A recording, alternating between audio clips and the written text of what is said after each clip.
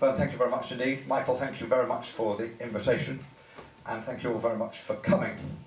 Just before we get on to the serious business, I checked and I realised I hadn't paid my subscription. So there is a cheque that more than makes up for it. To make sure you don't spread malicious rumours about me not paying my dues. And it's a very important society, and I'm very glad you're doing it.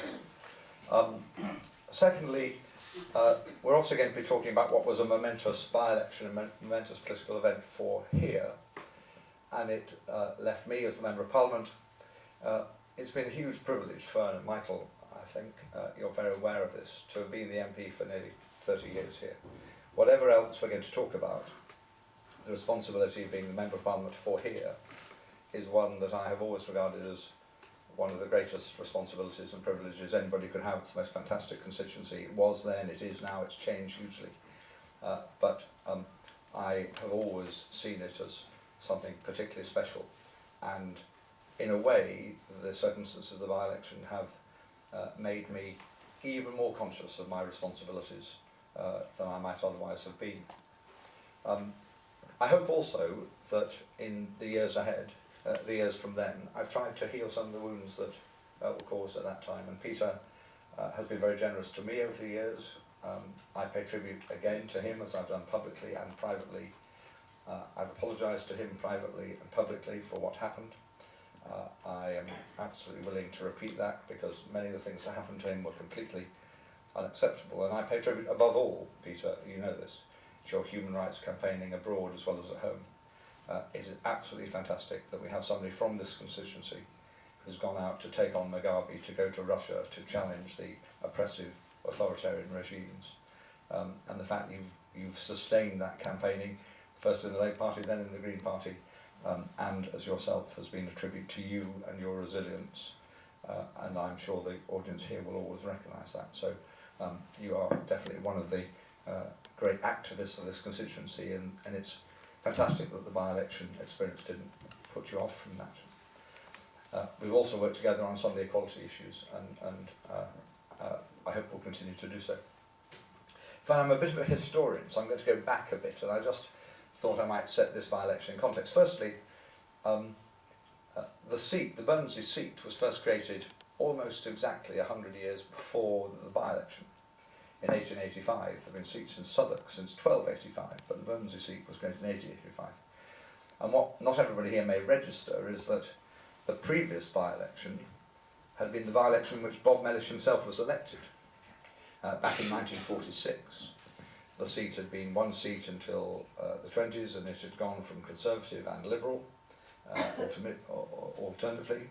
Then the seat had split into Rotherhithe and West Bermondsey. There was a brief interlude in the 30s when it was won by Mrs. Runge for the Conservatives in the Great Tory landslide of 1931. She didn't hold it at the following election. She partly won, I gather, by coming in her Rolls Royce from Kingston or wherever she lived. As the, I think the sort of biography confirms, dishing out sweets to the children in order to ingratiate herself. She was the last ever Tory, can I just add, maybe be Conservatives in the audience, of course I respect your views, but just to point out, she was the last Conservative ever to win in this seat. Nobody has won at any level of any election since 1931. Next, just to put things in context, Bob Mellish had therefore been the MP for all that time. Behind that, there were two levels of local government. The old metropolitan borough had been abolished. The Bermondsey Borough and Camberwell and Southwark were amalgamated by the Tory government about 20 years before. The GLC had taken over from the old LCC, and the ILEA was still present. And they were all the backdrop to when I became active in Bermondsey and in politics in Bermondsey. You're right, Fern, to refer to the fact that there had been a huge swing since the 1979 election, which was the previous election. The reason I ended up here, again some of you will know this, many of you may not, was because my dad had been born in southwest London, my grandparents had been married there.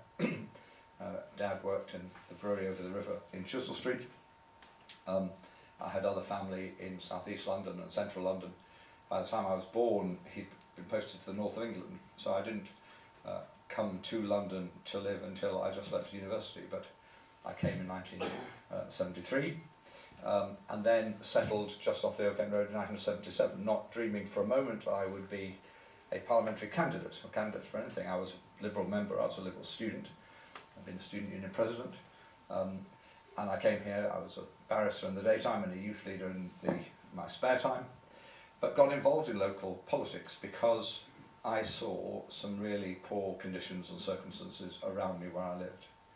That's what pushed me from being interested nationally to interested locally. The two things that really drove me in those days were, firstly, the poor quality of housing, not enough housing, and a lot of it really badly repaired. The GLC used to own housing in those days. And friends of mine who lived near me on the Oak End Road were in rubbish GLC housing, really poorly maintained, and struggling, damp housing, leaking rooms and so on, and I became involved in trying to help them. And the borough, which had the largest public sector housing stock in England, some very fantastic housing stocks, some very good new build housing, nonetheless had huge problems about maintaining it and building enough property and keeping good quality housing. And those were the two big issues in housing. And the other thing was opportunities for young people. I was very clear, the message I was getting from the kids in our youth club was that young people didn't have enough to do, didn't have enough opportunities. And if you remember at the beginning of the Thatcher era, unemployment was much higher than it is now. So it was those things that led me, for example, with others, to form the Burgess Park Residents Association. I lived in Coburg Road, which was just opposite the fire station. And we did that and became involved in that. And it was then that I thought, well, perhaps I better get involved in local politics, and history might have been different had the Peckham Liberal Party responded to my request to join them, because the boundary then was the Oak End Road, Peckham on one side, Bermondsey on the other side, but several requests to join went unheeded, and I had had a request in the meantime from my guru, Stan Hardy, who's a great Southwark community campaigner now in his 90s, who said, actually, I think you'd be far better off joining in Bermondsey. So I did, although technically at that stage I lived the wrong side of the Oak End Road. It wasn't really Bermondsey. It was technically Camberwell, North Camberwell, although it was the Oak End Road. So I joined Bermondsey. I was member number 6 when I joined. It clearly wasn't a vibrant and active and leading party. I've still got my first membership card. Joe Taylor, who was a Bermondsey boy, had fought the previous election. He and his wife had lived here and been involved in keeping the party going through the dark days. And we built the party up. And I was asked fairly early on if I would fill the not very highly contested vacancy to stand for the GLC election in 1981. So eventually, after humming and hawing and working out whether I could fit it in with other things, I agreed, and a mate of mine called David Reback, who was a great Liberal, asked me if you do that. He said, if you start campaigning on the 1st of August 1980, I will come with you, and I will campaign with you for the whole of the first year. We started on the 4 squares. We started knocking on the door of the people in the 4 squares, and we gradually built up our campaigning from the middle of what's now called Riverside Ward, in the middle of Bermondsey. And housing was the main issue for most people. Most people were very unhappy with the way the council, run by O'Grady, I think in the end he was leader for 17 years of the council, had been running the council. It was run in a very right-wing way, it was running in a very who-you-know got-on way. It was very much run by the Irish mafia, in the sense that most of the key councillors in key positions were Roman Catholic, Irish immigrant family, Labour Party right-wing members, and they basically ran the council and kept the control. Slightly generalising, that was the general picture. So we fought the GLC election, and we managed to get our vote up from, I think, 3% up to 15%. We overtook the Tories, which was the first great success. The programme reported that the TV coverage on the night reported that I'd won the seat from Labour, which would have been a bit surprising, given that it was one of Labour's safer seats. It was Reg Goodwin's seat, and George Nicholson, who's a friend of mine, was the Labour candidate. But we went up into 2nd place. That was encouraging. And so some people said, well, perhaps you ought to stand for the parliamentary seat. Now, not many of you know this, but I therefore reluctantly eventually put my hat in the ring, but I didn't do any canvassing really, because Joe had fought it last time and he wanted to fight it again, and I thought he deserved the right to do it, and so I didn't lobby for people to go to the selection meeting. As a result, the selection meeting was held on a night, I can't remember, the European or World Cup football qualifying game.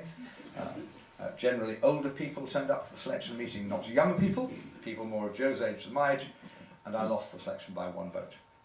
Had I gone away then again, history would have been different. But 2 things then happened. Liberals and the SDP agreed on an alliance to fight the following general election, and the boundary changes were agreed, which meant that the constituency boundary changed, where I lived became part of the constituency and so on, and every local party was given the opportunity of selecting again if it wanted to. And the local executive decided, I think by a majority of 1 vote, that it wanted to reselect in the new circumstances, decide whether it wanted a Liberal candidate or an SDP candidate, and decide whether it wanted to keep Joe or not. And in the intervening year, Joe had done very little campaigning, and friends of mine said, look, we really need to do better than this, we'd like you to stand and make an effort. In the meantime, there were local elections in Southwark in '82. Southwark used to be, it's one of the only boroughs which until then had never been won by the Tories in London. Every other borough bar 2, I think, had gone to the Tories at some stage. In those days, there were 60 seats, Labour held 33, the Tories got up to 27. We didn't have any. I fought the '82 election, last minute changing wards from what was called Bricklayers to what was called Riverside. The SDP colleagues thought that we would win every seat in the borough. I was a bit more realistic, and I was proved to be right, we didn't win any seats in the borough, so that was clearly the more accurate prediction. I came 4th in Riverside, which was a split ward, people will remember, because people like Coral Newell and others stood as independent Labour Party candidates against the official Labour Party candidates, and they won. And I came 4th in a 3-member ward. But we put our vote up in those elections from 7% to 25%, so clearly the momentum was with us, little Mo. And so when it came to the selection, which was in September that year, I made an effort, I recruited, I got people to come to the selection meeting, and so they came, and I was selected as a parliamentary candidate in '82, September '82. Bob Mellish had already resigned from the Labour Party. He resigned in August and became an independent. And it was, Peter will probably say more about this than me, but it was very much because he was clearly on the right of the Labour Party and was very unhappy about a reinvigorated left taking over the local Labour Party. It's more for Peter to elaborate that than me, but he